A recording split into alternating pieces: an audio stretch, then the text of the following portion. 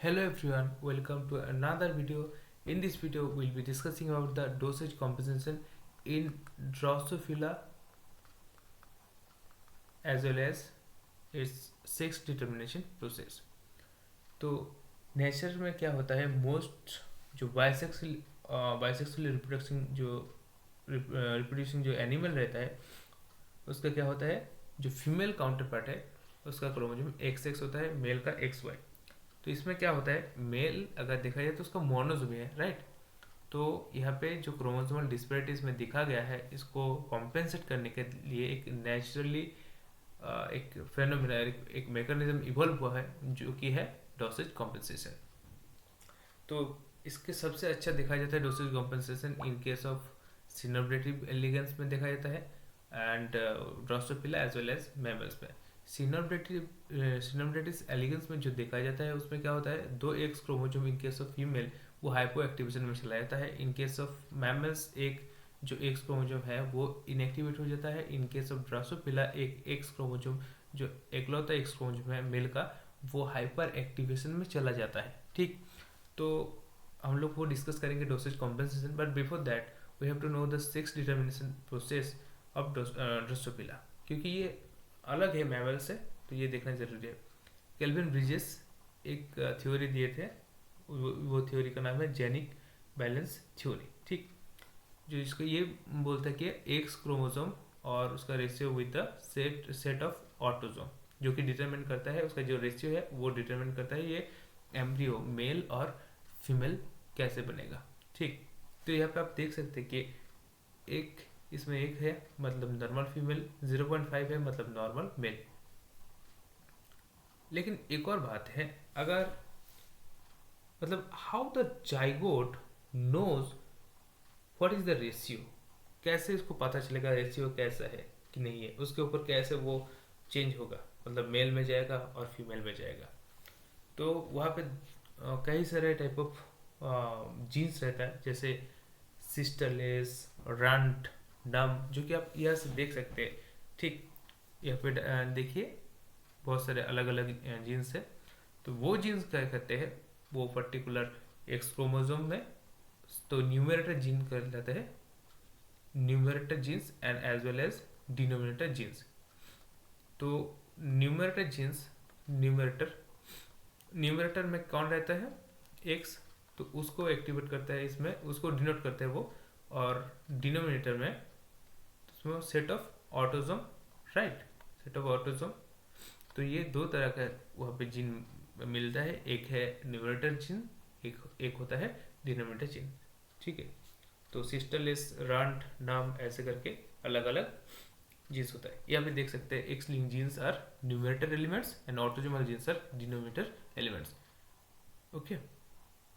तो नेक्स्ट देखिए इसका सेक्स डिटर्मिनेशन प्रोसेस में, तो ये इसका रेशियो होता है, ठीक, मेल और फीमेल होगा। तो इसमें आप देख सकते हैं कि रेशियो इज 1, ठीक है। तो इसका जो मास्टर रेगुलेटरी है वो है SXL, मास्टर रेगुलेटरी जीन है, सेक्स लीगल जो जीन है वो है SXL, ठीक है।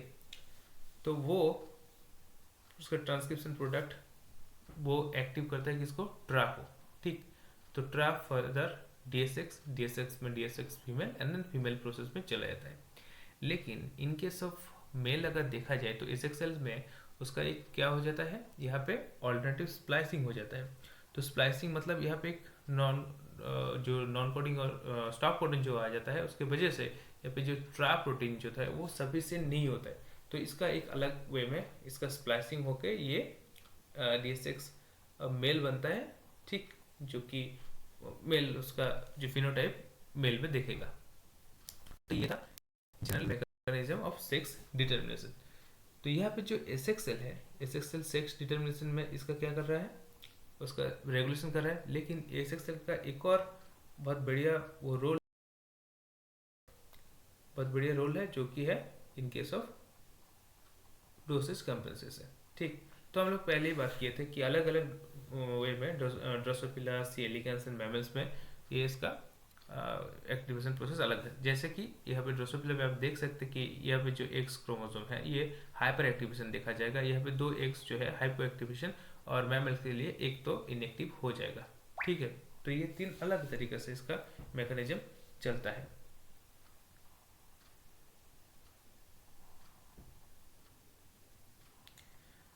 तो अगर इसका थोड़ा सा हिस्ट्री का बात किया जाए तो इन केस ऑफ ड्रोसोफिला फर्स्ट 1929 में कर्ट स्टर्न इन्होंने एक एक्सपेरिमेंट परफॉर्म किया था, ठीक है, जो X linked mutant bobbed in fruit fly.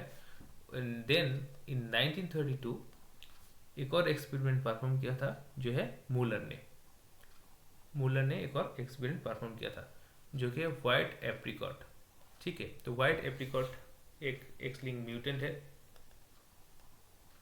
I colour के लिए रिस्पॉन्सिबल, आई कलर के ऊपर वो एक्सपेरिमेंट था और इसके ऊपर उन्होंने ये कंक्लूड किया कि इन केस ऑफ ड्रोसोफिला जो मेल है, मेल में जो एक एक्स क्रोमोसोम है वो फीमेल की तरह 2 एक्स क्रोमोसोम की तरह वो काम करता है, ठीक है। तो इसके जनरल मैकेनिज्म में अगर देखा जाए तो कैसे ये रेगुलेट होता है, तो एसेक्सुअल हम लोग देखे थे कि वो सेक्स डिटर्मिनेशन प्रोसेस में एक इम्पॉर्टेंट रोल प्ले कर रहा है, लेकिन एसेक्सुअल का इसमें भी एक बहुत बढ़िया रोल है जो कि हम लोग डिस्कस करेंगे आप। तो asexual sex determining switch genes है ये, तो it has antagonistic function in in 2 genes, ठीक। तो अगर एक्सेक्स एम्ब्रायो है, ठीक है, तो उसमें हम लोग देखे थे क्या एसेक्सुअल जो है वो है एक्टिव और उसका जो ट्रांसक्रिप्ट है वो एक डीएनए बाइंडिंग प्रोटीन कोड करेगा which induces the downstream gene that is ट्रा को वो और वो क्या प्रोसीड करेगा फीमेल पाथवे में वो चला जाएगा।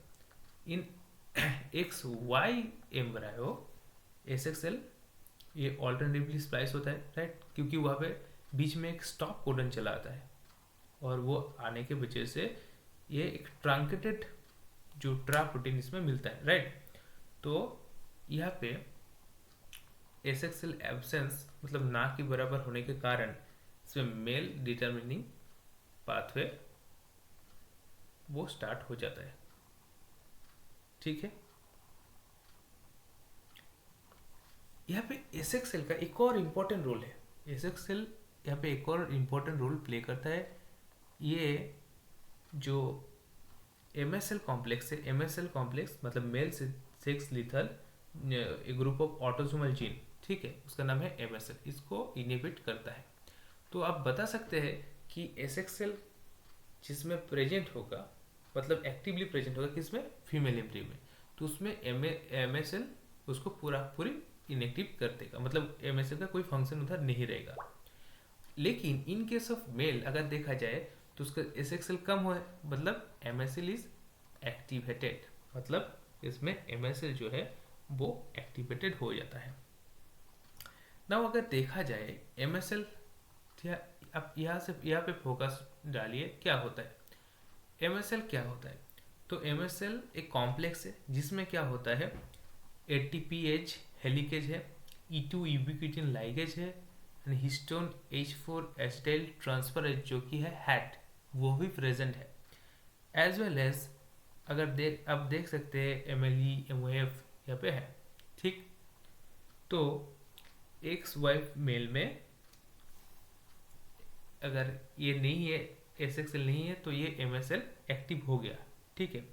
हम लोग जानते हैं कि DNA and histone they are tightly bound because of their opposite charge, because DNA has the negative charge as well as the histone has the positive charge.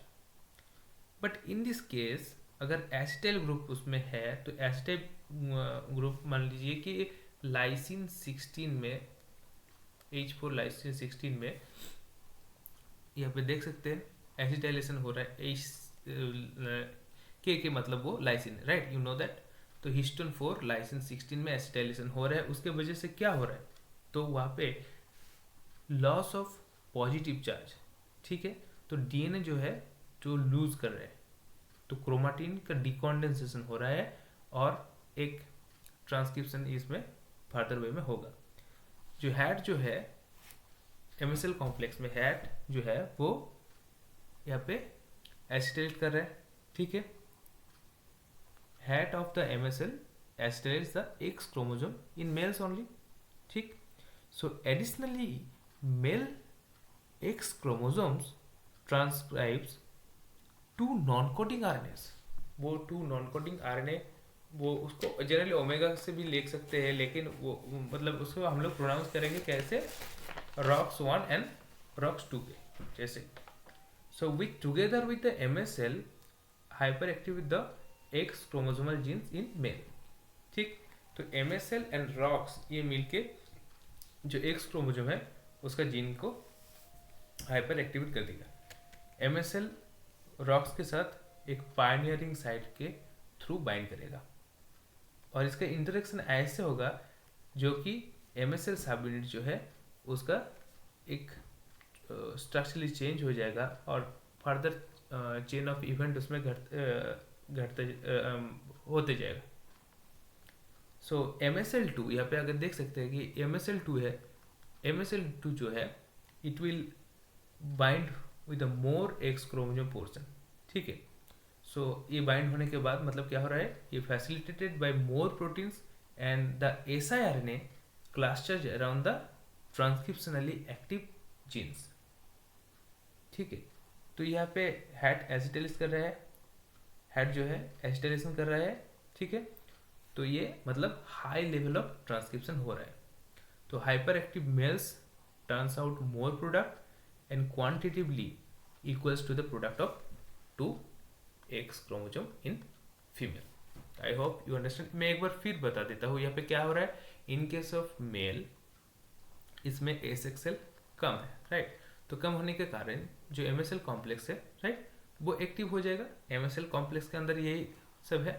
तो उसमें भी अगर देखा जाए तो एसिटाइलेशन हो रहा है इसमें, मतलब DNA लूजनिंग हो रहा है। लूजनिंग के मतलब उसमें ट्रांसक्रिप्शन ज़्यादा हाई हो रहा है, ठीक है। तो यहाँ पे मैकेनिज्म जो मैंने बताया MSL के साथ ROX आके, ROX एक नॉन कोडिंग RNA है, ROX क्या है, एक RNA और X ये है ROX, ठीक है। तो ये नॉन कोडिंग RNA है, ये मिलके ऐसे स्ट्रक्चरली चेंज हो जाता है जैसे कि MSL2 ज़्यादा से ज़्यादा मात्रा में ये X क्रोमोसोम के ऊपर बैठ सकते हैं और फर्दर उसका ट्रांसक्रिप्शन हाई हो जाए, ठीक है। I hope you enjoy this session or lecture, and if you have any kind of doubt and question, you can ask me in comment box. Thank you so much for watching.